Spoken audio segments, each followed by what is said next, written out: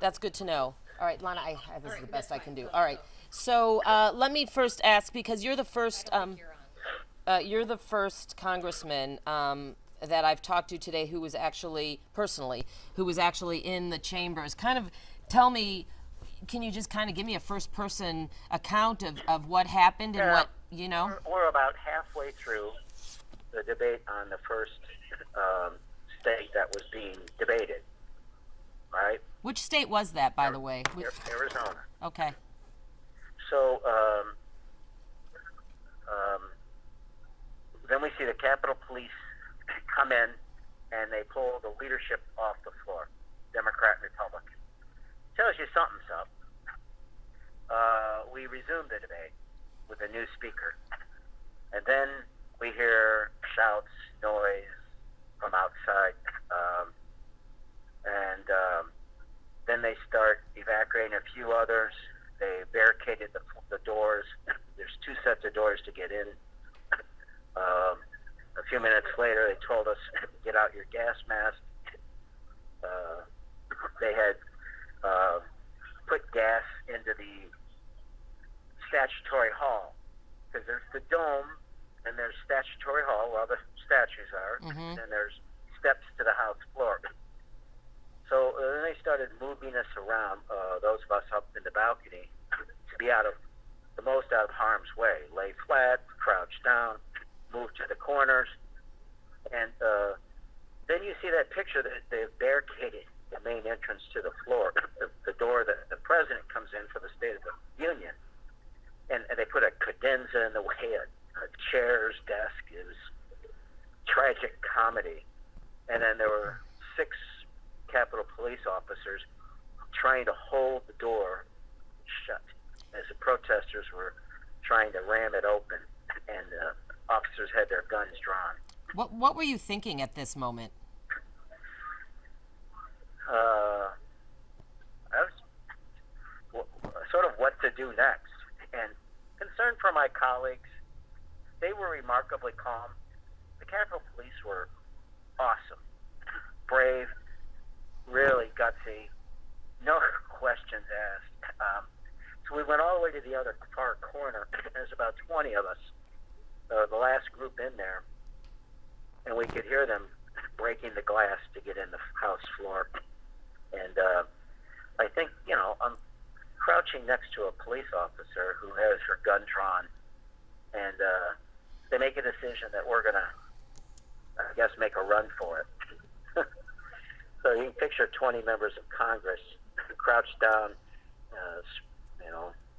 sprinting the heck out of there, and downstairs through some corridors, and now the majority of us are in a House committee room, big room, I suspect surrounded by security. We've been told that the Virginia State Police are here, that all the Capitol Police here, the Washington, D.C. police force is here, and that the National Guard will be here. We've been told that we're going to go back and, no matter what, try to continue this process. Believe it or not. So you're all in this room right now? Is that where you are? The members that were in the chambers, it's my understanding, are here. Mm-hmm. Other members who were not in the chambers are locked down in their offices. Okay. Like my staff. I told my staff to get the hell home, and they were told they can't leave. It's not safe. Now let's jump forward to the more esoteric discussion for a few minutes, and that is your thoughts. This happening after President Donald Trump gave a speech this morning to many of these same rioters, protesters. Your thoughts on what is happening and why it's happening? You go back a little farther. For the last month, he's encouraged people to come to D.C. And he wanted them to protest, and he said it'll be wild. So I woke up, last night when I walked around the Capitol, you could sense this was ugly, and the mood of this crowd, and the things they were saying.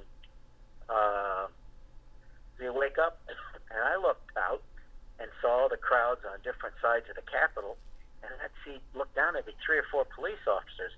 I text my staff. I said, tell these folks we don't have nearly the security we need. You could, I mean, the anger in the speakers' voices, the gestures, things they were saying to members as they were walking by. You know, we had heard that Senator Romney was accosted and on the.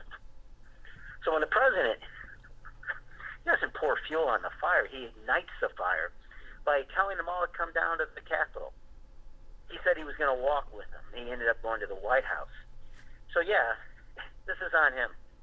You know, I'm going to be real frank here. I don't know that this will make it on the air because I'm not supposed to have opinions, but I've long been concerned about this exact thing happening for many reasons.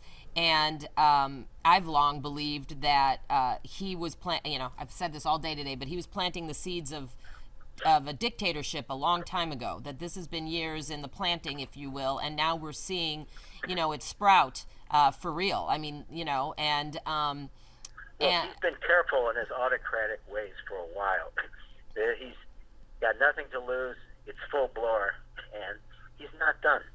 Discussions of martial law in the Oval Office. I mean, come on.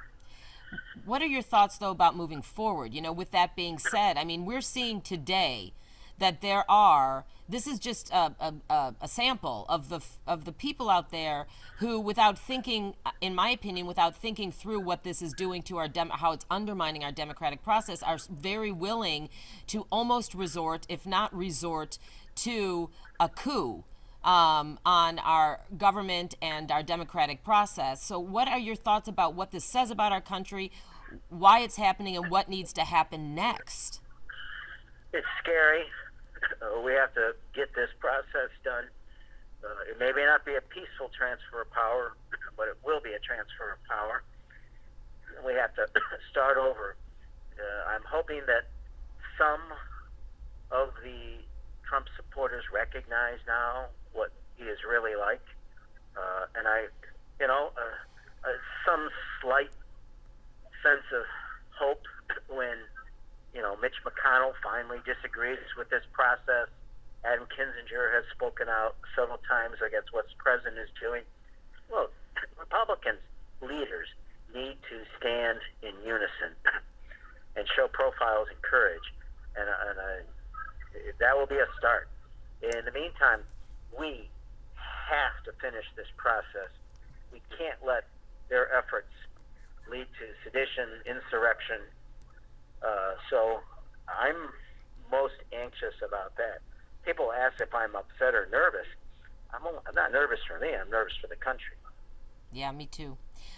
Okay. Well, what else, Congressman, while I have you, and I so appreciate you calling. I got to pop off if I can. Yes, of course. I'll be around later if I can. All right. Hopefully we'll be back on the floor. All right. I hope so, too. All right. You be safe.